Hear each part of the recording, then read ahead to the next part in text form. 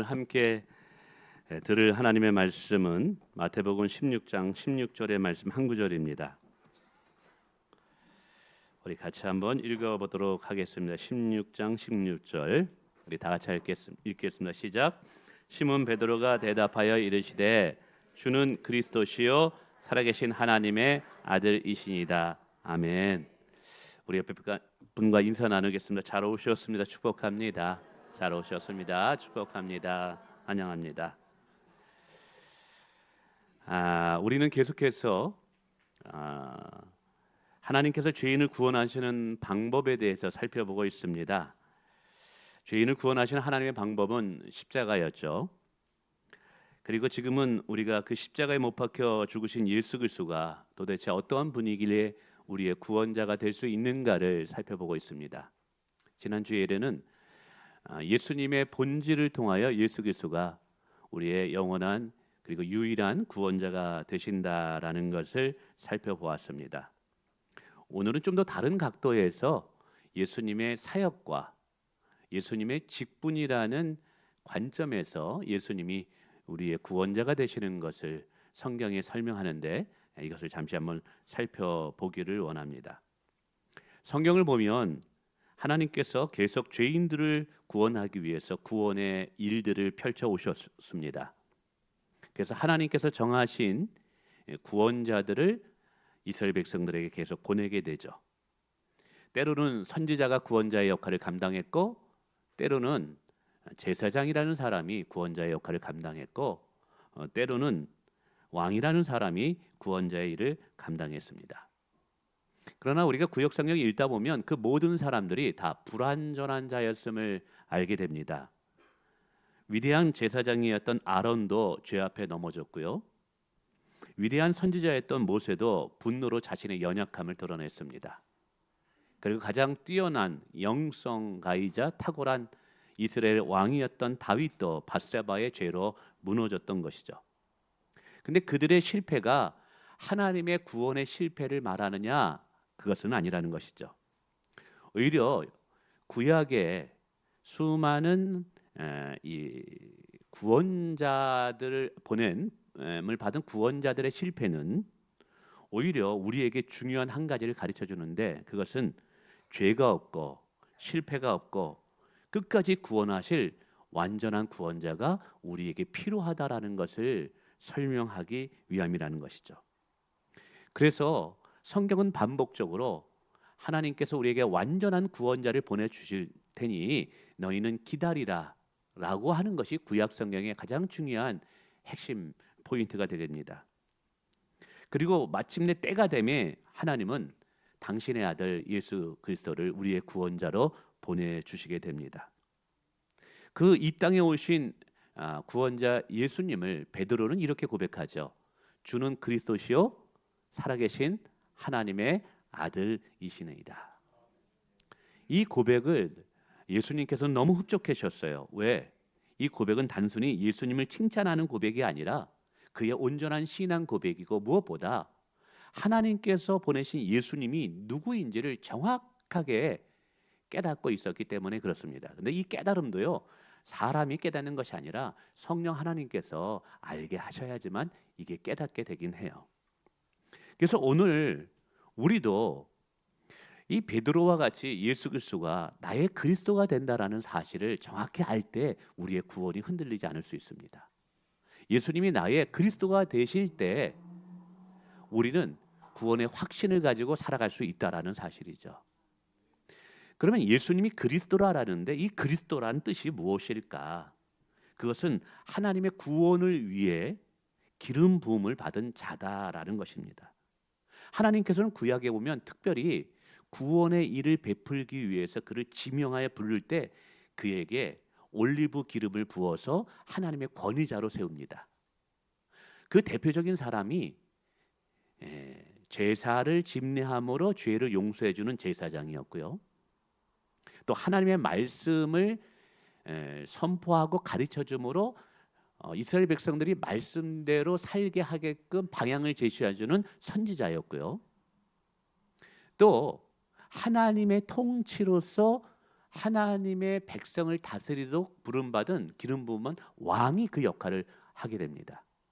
구약 성경에는 이 세 가지 직분이 따로따로 구분되어 있는데 신약 성경에 와서는 이 모든 세 가지의 직분이 한 분에게 집중되어지는 것을 보게 됩니다. 우리가 알듯이 그 한 분은 예수 그리스도입니다. 그래서 오늘 본문에 예수님이 그리스도이십니다라는 고백은 예수님이 나의 제사장이 되십니다. 예수님이 나의 선지자가 되십니다. 예수님이 나의 왕이 되십니다라는 의미가 들어있다라는 거죠. 그래서 이 부분을 좀 더 우리가 살펴볼 필요가 있어요. 우선 예수님이 제사장 되신다는 이 사실. 구약의 제사장들은 동물을 잡아서 거기서 흘린 피를 가지고 제단 위에 뿌리면서 이스라엘 백성들의 죄를 사하여 주었습니다. 이것은 죄를 덮었다라는 것이죠. 근데 우리가 알듯이 동물로 드리는 제물은 그 가치가 인간의 영혼의 생명에 비하면 하찮아요. 그러다 보니까 동물로 잡아들였던 제물의 가치는 불완전한 제사가 됩니다. 그래서 일시적이고 제한적이게 됩니다. 그래서 제사장은 매년마다 동물을 잡아서 그 흘린 피로 이스라엘 백성들의 죄를 사할 수밖에 없었던 것이죠. 근데 마침내 예수님이 이 땅에 오셨죠. 근데 이분은 제사장이실 뿐만 아니라 동시에 자신이 제물이 되십니다. 그리하여 자신의 몸을 하나님 앞에 화목제물로 드림으로 그를 믿는 자들에게 죄를 용서할 수 있는 구원의 길을 열어 주셨다라는 사실이죠. 우리는 여기서 구약의 제사장이신 이 여러 제사장들의 모습과 신약에 하나님이 보내신 완전한 제사장의 차이를 보게 됩니다. 구약의 제사장들은 본인들이 죄인이었어요. 그리고 본인들이 희생하지 않았어요. 사람들이 가져온 동물을 잡아서 그 동물로 피로 그들의 죄를 사했습니다. 근데 하나님이 보내신 이 완전한 제사장은요, 자신이 제물이 되신 거예요. 그리고 자격 없는 죄인들을 위하여 피를 흘려 주셔서 그 피로 죄를 씻어 주셨다라는 거죠. 그리고 제물 대신 그 예수 그리스도는 죄가 없는 하나님이셨다는 것이죠. 그러니 그분의 그 생명의 값이죠. 인간의 생명의 값과 비교할 수 없을 정도로 가치가 있는 거예요. 그래서 그 십자가의 보혈의 그 가치로 인하여 인간은 어떤 죄라도 하나님 앞에 나가 회개할 때 용서함을 받는 길이 열리게 되었다라는 사실입니다. 예수님의 보혈의 십자가의 피는요, 전 우주의 가치보다 귀하다는 사실이죠. 왜?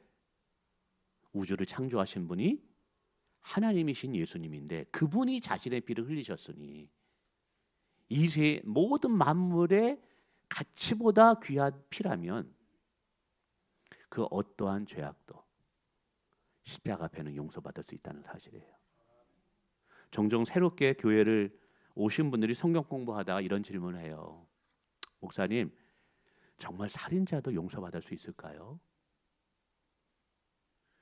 네, 여러분, 예수님께서는 그분의 십자가의 보혈이 그 어떤 살인자의 죄악보다 은혜로 덮을 수 있기 때문에 진심으로 회개하고 예수 그리스도를 구원자로 믿을 때 그런 자들에게도 구원이 임합니다.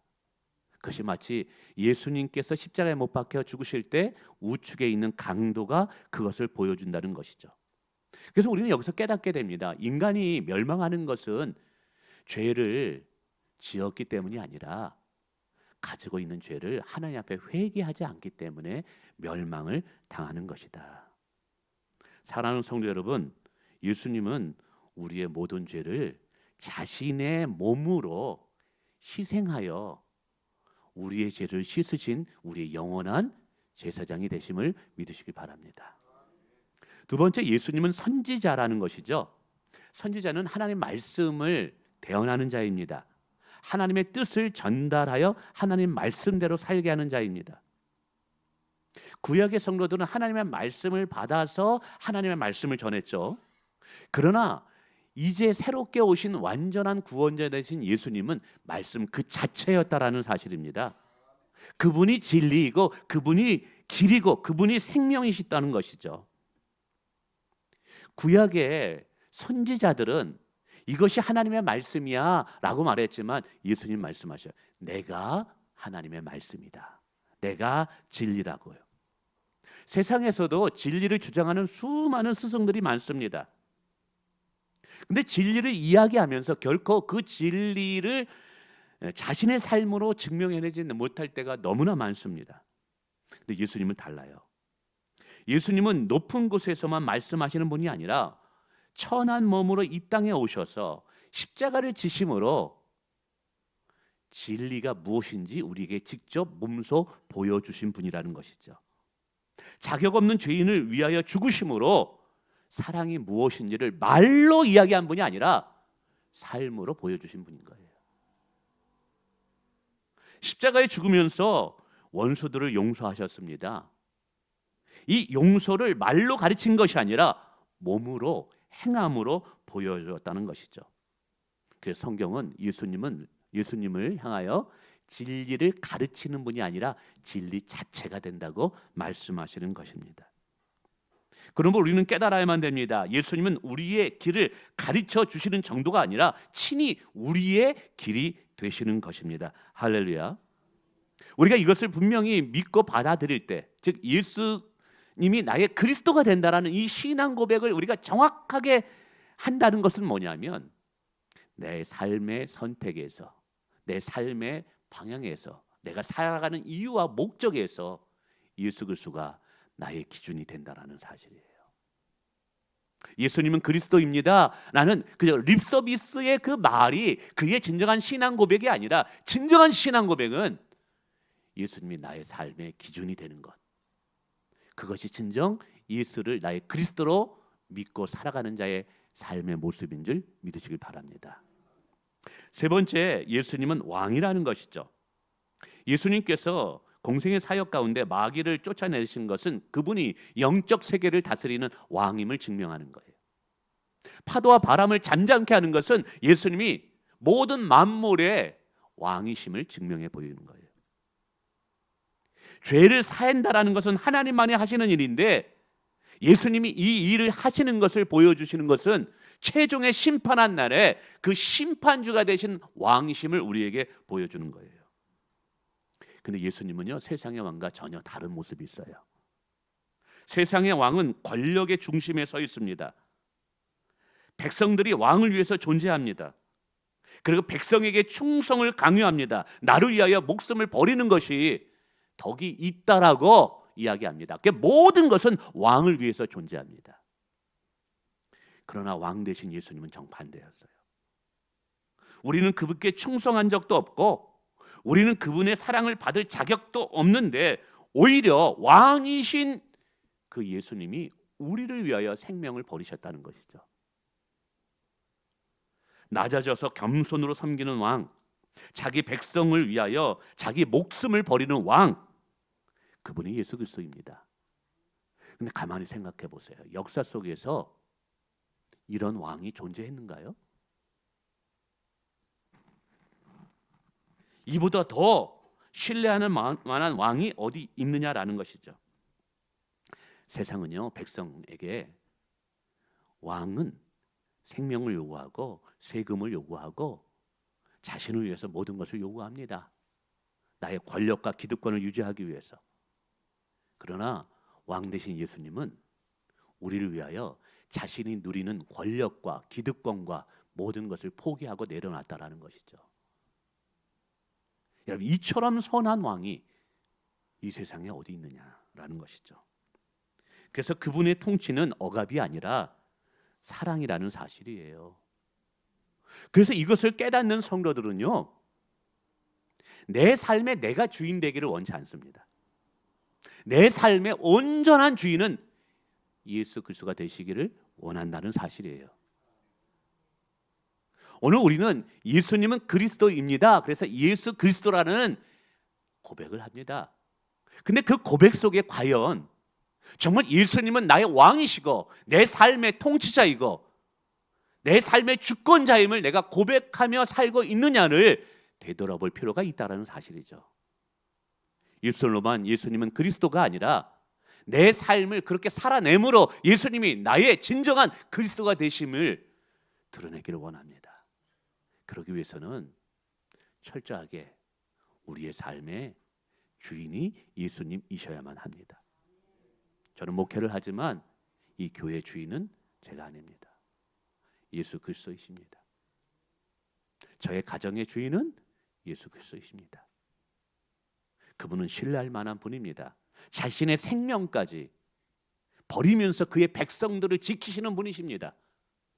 그렇게 신실하신 분에게 우리의 인생을 맡겨볼 만하지 않습니까? 할렐루야. 저는 제 인생이 이제 60이 이제 되어 가면서 아주 중요한 영적인 원리, 그리고 이번에 교회 건축을 하면서 너무 중요한 영적인 원리를 하나 깨닫게 되었어요. 그것은 뭐냐 하면 나의 지혜와 나의 이성과 나의 경험을 의지하는 것보다 여호와 하나님을 신뢰하는 것이 얼마나 지혜롭고 복된가를. 그래서 중요한 결정이 있을 때마다 저는 하나님께 주도권을 내어드리려고 무진장했습니다. 하나님이 이거 기뻐하십니까? 과연 내 삶에 예수님이 왕으로서 나를 통치하고 계시는 결정입니까?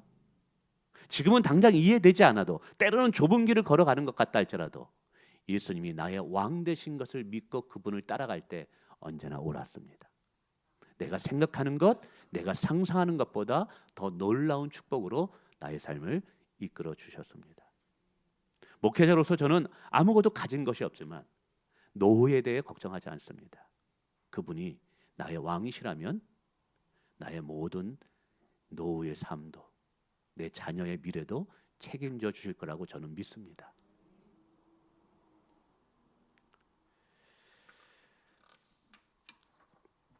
근데 여러분, 이 예수님이 이 세 가지 직분이 십자가에서 정점을 이룬다는 사실을 아십니까?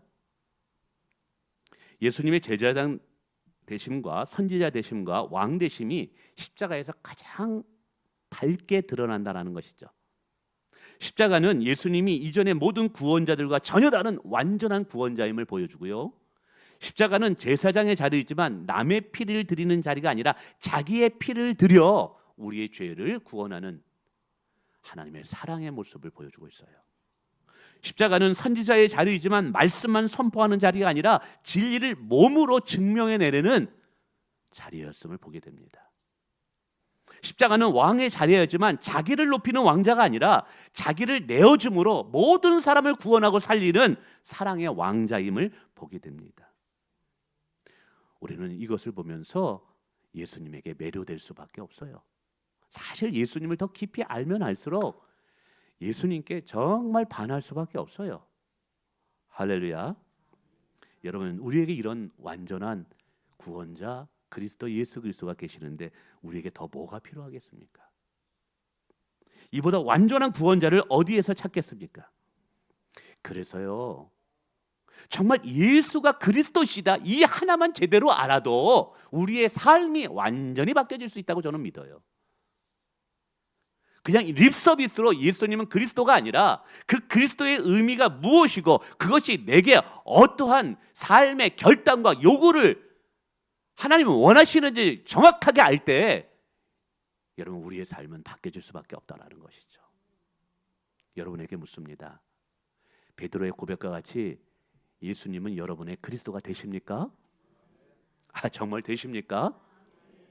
여러분, 아멘이라고 얘기했다면 여러분의 삶에 이런 삶을 살아내야 돼요. 예수님이 여러분의 삶의 기준이 되셔야 돼요.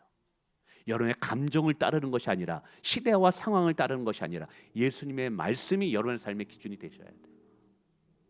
예수님이 그리스도라면 여러분이 여러분 자신의 왕이 아니라 예수님이 여러분의 삶의 왕이 되셔야 돼요. 예수님이 여러분의 통치자가 되셔야 돼요. 예수 그리스도가 여러분의 그리스도라면 예수님을 믿는 자에게는 정죄함이 없다라는 죄로부터 완전한 자유함과 두려움으로부터 해방되는 그 은혜를 만끽해 볼 수 있어야만 돼요. 저는 여러분의 신앙이 거기까지 올라가기를 원합니다. 마지막으로는 예수 그리스도께서 나의 제사장이고 나의 말씀의 선지자이고 나의 왕이 되신다는 이 사실이 오늘 성찬에 참여하는 우리에게 어떤 의미가 있는지를 잠시 더 생각해 보고 싶습니다. 우리가 알듯이 성찬식은 예수님의 십자가의 죽음을 기억하고 기념하는 예식입니다. 우리가 오늘 떡을 떼어 먹을 때 믿음으로 이 떡은 예수님이 나를 위해서 찢기신 당신의 생명의 몸이다. 우리가 이 포도주 한 잔을 마실 때 믿음으로 받아들이는 것이죠. 나를 위하여 십자가에 흘리신 주님의 보혈이다. 할렐루야. 그냥 떡일 뿐이에요. 그냥 포도주일 뿐이에요. 그러나 이것을 우리가 믿음으로 받아들이고 먹고 마실 때 하나님이 예수님의 몸으로 예수님의 피로 인정해 주시겠다라는 거예요. 그리고 이것을 믿음으로 받아들일 때 우리 안에 예수 그리스도와 연합되는 놀라운 축복을 성령 하나님께서 허락하신다는 사실이죠. 근데 여러분, 성찬식은 단순히 성찬식으로 끝나면 안 돼요. 우리의 삶의 고백으로 이어져야 돼요. 오늘 주일 예배가 성찬식 참여해서 왠지 감정적으로 느낌적으로 은혜로웠어. 예수님 감사합니다. 거기서 끝나면 안 돼요. 우리의 삶의 고백으로 이어지고 삶으로 살아내는 신앙으로 나가야만 합니다.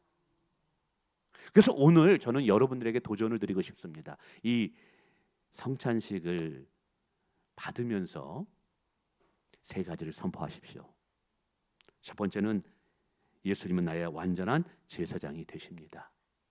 이 말은 예수님의 피가 나의 죄를 완전히 씻어 주셨습니다. 어느 누구도 나를 더 이상 정죄할 수 없습니다. 할렐루야. 여러분 이것을 받아들이세요. 이게 믿음이에요. 낮은 자존감, 여러분 거기에서 우울감, 십자가의 보혈이 우리를 자유케 합니다. 여러분은 하나님의 자녀 되심을 십자가의 보혈로 인치심을 아멘으로 받아들이시길 바랍니다. 두 번째는 예수님이 나의 선지자임을 선포하십시오. 이제 나는 내 감정과 상황에 이끌려 살지 않겠다. 내 삶의 기준은 여호와 하나님의 말씀이 되게 만들겠다. 내 길을 내가 정하지 않고 나의 왕이신 주님이 내 삶을 이끌도록 주님께 내 삶을 드리겠다. 여러분 결단하시는 시간이 되기를 원합니다. 마지막 세 번째는요, 예수님이 나의 왕 되심을 선포하시길 바랍니다. 나의 모든 삶의 영역에 예수님만이 나의 왕이시다. 나의 삶의 목적은 매일 예수님의 통치를 받는 것이다. 이것이 이 성찬식의 고백에 있기를 원합니다. 여러분 아시죠? 내가 의지하는 것이 나의 지배자가 된다는 것을. 내가 신뢰하고 내가 의지하는 것이 나의 왕이 된다는 것을. 여러분 돈을 신뢰하면 돈이 우리 왕이 됩니다. 인맥과 사람을 의지하면 그 사람이 우리의 왕이 되는 것입니다. 나의 뛰어난 지석과 나의 뛰어난 스펙을 의지하는 순간 그 스펙이 나의 왕이 되는 것입니다. 그러면 거기에는 예수님이 나의 왕 되실 자리가 없다라는 사실이죠. 스펙 필요합니다. 물질 필요합니다. 좋은 만남 필요합니다. 그러나 그것은 하나의 도구이지 우리의 삶의 목적은 아니라는 사실이죠. 우리는 그런 세상 것들에 의해서 지배와 통치를 받는 자들이 아니라 오직 예수 그리스도에 의해서 통치를 받는 자가 되기를 원합니다. 그럴 때 우리 마음에 하나님의 나라가 임하는 거예요. 그럴 때 용서할 수 없는 사람은 용서하게 되는 것이고요. 그럴 때 내 힘으로 할 수 없는 것들을 하게 하는 능력과 담대함과 비전이 우리 안에 생기는 거예요. 여러분 말씀을 맺습니다. 오늘 우리가 성찬을 거행할 텐데 단순히 성찬은 예수님이 아프셨겠다, 예수님 얼마나 고통스러웠을까로 끝나는 것이 아니라 오늘 예수님은 나의 그리스도가 되십니다. 내가 그와 같이 되어지기를 원합니다라는 삶의 결단이 여기에 있을 때 아마 예수님은 말씀하실 거예요. 맞아. 내가 십자가에 못 박힌 것은 바로 그것 때문에 죽은 거야. 너는 참으로 잘한다 내 자녀여라고 말씀해 주신 거예요. 오늘 그 은혜의 시간이 되시기를 주님의 이름으로 축원을 드립니다.